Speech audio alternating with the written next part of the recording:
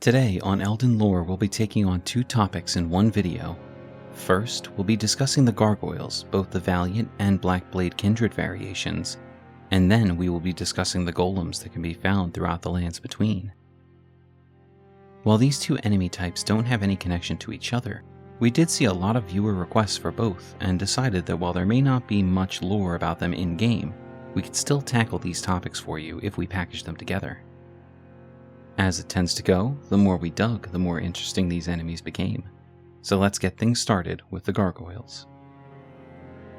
The Valiant Gargoyles are found in a couple of different places in the lands between, and much like the Tree Sentinels, one is placed in our way when trying to reach the capital city of Leyndell. These enemies are on the larger side and have the capability to wield a wide range of weaponry, including twin blades, axes, halberds, and swords. They make big sweeping attacks and only seem to be placed in specific areas to defend the secrets of the Golden Order. Valiant Gargoyles can be found on the road to Leyndell and defending the entrance to the deep-root depths where we can find Fia and the remains of Godwyn the Golden, while the Black Blade Kindred variations can be found defending the Grand Lift of Rold and the Beast Clergyman. There are also half-formed Gargoyles defending areas inside of the city. All of the different variations of gargoyles in the game are made from corpse wax. Their weapon descriptions tell us, just like the wielder, the missing parts have been mended with corpse wax, a patchwork of champions, which illustrates some disturbing implications about these enemies. They are literally built from the corpses of dead champions, melted down into corpse wax and repurposed so they can continue to serve the Golden Order. It's unknown who exactly has the magical capability or knowledge to do this, as very little is known about the creation of corpse wax, but we'd love to hear your theories. The ability Corpse Wax Cutter tells us it is a lost skill of ancient heroes. Lift the sword up high to release the power of corpse wax and launch it forwards as a blade-like projectile. So the power of these champions still resides within the corpse wax, and likely feeds the strength and knowledge of their lives into the gargoyles and weapons they are now a part of. The Black Blade Kindred variations of gargoyles are slightly different from the Valiant ones we can find. They're tied directly to the Rune of Death and Malekith, the Black Blade. It seems their purpose is to protect areas of the world that may have a close association with the power of death. One can be found outside of the Bestial Sanctum defending the entrance. It's likely he is here to keep any who wander into this area away from Geraint, the Beast Clergyman, who we know is actually Malekith the Black Blade, the once holder of the Death Rune. The other Black Blade Kindred can be found at the foot of the Grand Lift of Rold, which leads us to the Mountaintop of Giants and the Fell Flame, which is our only way of releasing Destined Death and burning the Erd Tree. These gargoyles are different in their makeup as well. They not only use corpse wax, but a variation known as blackened corpse wax. The weapons they drop tell us they are wielded by valiant gargoyles mended with blackened corpse wax, such as the mark of those who serve Malekith, the Black Blade. So the wax used in the creation of these gargoyles and their weapons was somehow touched by the power of Destined Death, giving it a blackened appearance and possibly a stronger connection to the champions it once belonged to. We believe this to be the case because only the Gargoyle's Black Blade is able to call upon the power of corpse wax to use the Corpse Wax Cutter ability, which fires the same projectile used by Malekith. So with all this in mind, we know the broken gargoyles are used to defend the streets of the city.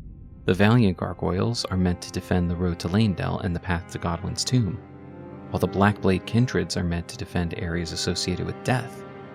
It seems as though these patchwork, corpse wax-infused monsters are trusted to keep us tarnished away from discovering some of the most important secrets of the Golden Order.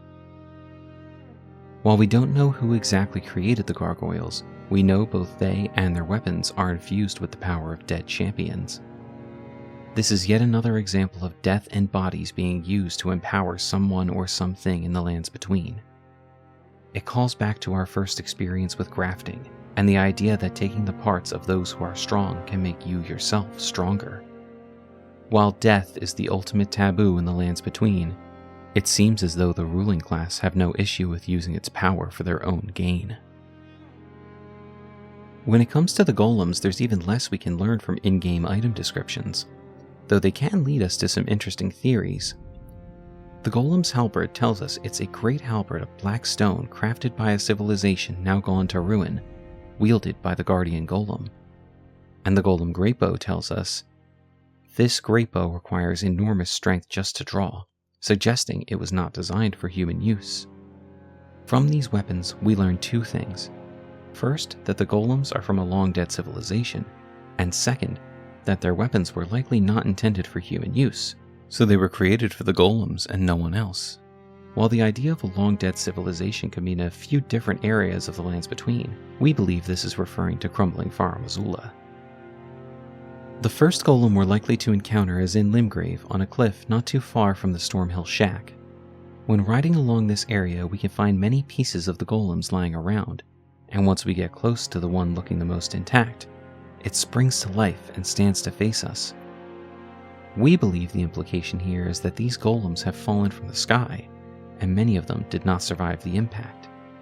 The only civilization in the sky we're aware of is Farum Azula, so it stands to reason that that would be their original home. You can also see some aesthetic similarities between the architecture of Farum Azula and the armor of these Golems, especially with the stone that they are crafted from. We can also find a significant number of Golems walking around the mountaintop of giants, as well as parts and pieces of destroyed Golems all around. If the Golems had fallen from the sky as we theorize, it would make sense that more would land without being destroyed in the mountaintop of giants, as they wouldn't have as far to fall. These Golems can be found protecting various areas and structures throughout the lands between, and while we know they are an advanced form of clockwork soldier from a long-dead civilization, they are likely not intelligent enough to decide what to do for themselves.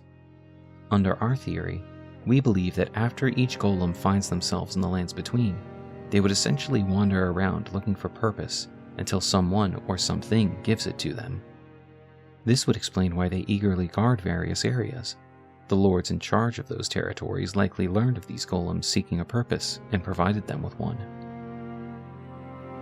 It's possible our theory is off when it comes to the Golems, as the number of destroyed parts lying around the cliffs near Stormvale and in the Mountaintop of Giants could also suggest they're simply remnants of the many battles fought there.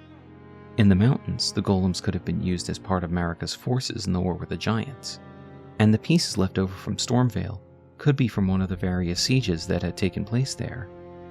That would call into question what civilization created these Golems, but we found no strong evidence to suggest anything but Farum Azula. Where do you think they come from? The Gargoyles and Golems are both massive enemies in Elden Ring that are very satisfying to defeat. There's nothing quite like riding up on Torrent and bringing these enormous enemies to their knees. While the lore implications of both are mostly shrouded in mystery, we believe our theories are as close as we'll get to a complete answer with the information we have available. If you know something we don't about either the Gargoyles or Golems, please leave a comment letting us know.